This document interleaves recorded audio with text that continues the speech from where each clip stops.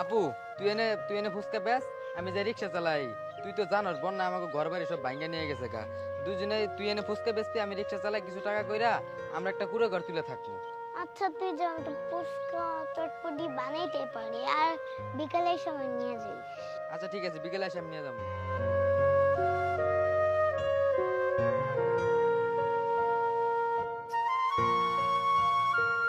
এই, তোরা দেখেছিস এরকম ছোট বাচ্চা ফুচকা চটপটি বিক্রি করে আমি জীবনেও দেখি নাই। হ্যাঁ, হয়তো আর কোনো ঝামেলায় পড়ছে বুঝছস, নাইলে তো কখনোই ওরা রাস্তায় নামতো না, বুঝছস নাই?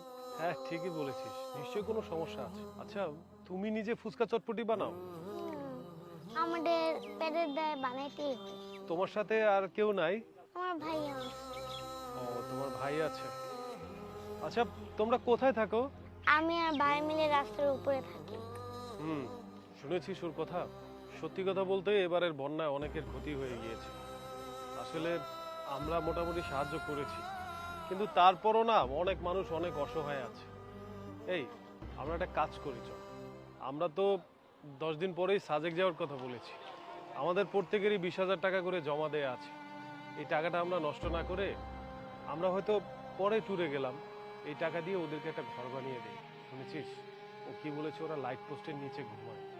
মানে শুনলেও কেমন বুকটা কেঁপে ওঠে। তোরা কি বলিস বল না?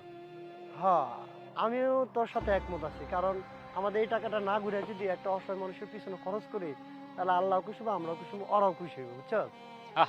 আরে এরকম ছোট বাচ্চার আমার জীবনও আমি দেখি নাই এই ফুচকা মুচকা বেছে। আল্লাহ, মায়া লাগে তোর লাগে।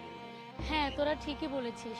আমরা পিকনিকের টাকা দিয়ে ঘোরাফেরা না করে এগুলো দিয়ে ওদের ঘরবাড়ি করে দিয়ে এতে ওদের উপকার হবে। এই কি বলছিস? আমরা ঘোরার জন্য টাকা রাখছি, আর এই টাকা ওদেরকে দিয়ে দিলে আমরা কিভাবে ঘুরবো? এই তুই চুপ থাক, কোনো কথা কইবে না। আমরা তো যে কোনো সময় যাইতে পারবো। তাদের ঘর বাড়ি বন্যায় ভাসায় লইয়া গেছে গা। আমরা পরে গেলে তো চলবো। এখন তো আমরা সবাই মিলা তারা সহযোগিতা করি, এর মাঝে তুই উল্টা পাল্টা কথা বলিস।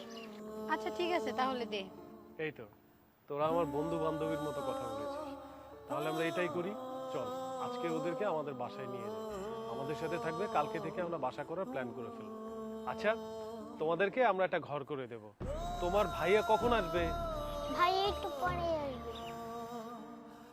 চল বোন, আজকে অনেক রোদ পড়ছে, তোর আর আজকে বেচা কেনা করা লাগবে না, চল। তুমি ওর ভাই? আচ্ছা ভাইয়া, তোমাদের এখানে কষ্ট করতে হবে না, তোমাদেরকে আমরা একটা বাসা করে দেব, চলো। কি কোন ভাইয়া, আপনি আমাকে ঘর করে দিবেন? হ্যাঁ হ্যাঁ, সত্যি বলছি, তোমাদেরকে ছোটখাটো একটা ঘর বানিয়ে দেবো, যাতে তোমরা ওই ঘরে থেকে ব্যবসা বাণিজ্য করতে পারো। সত্যি করেছেন ভাইয়া? হ্যাঁ, তুমি আমাদের সাথে চলো, আসো। ভাইয়া কি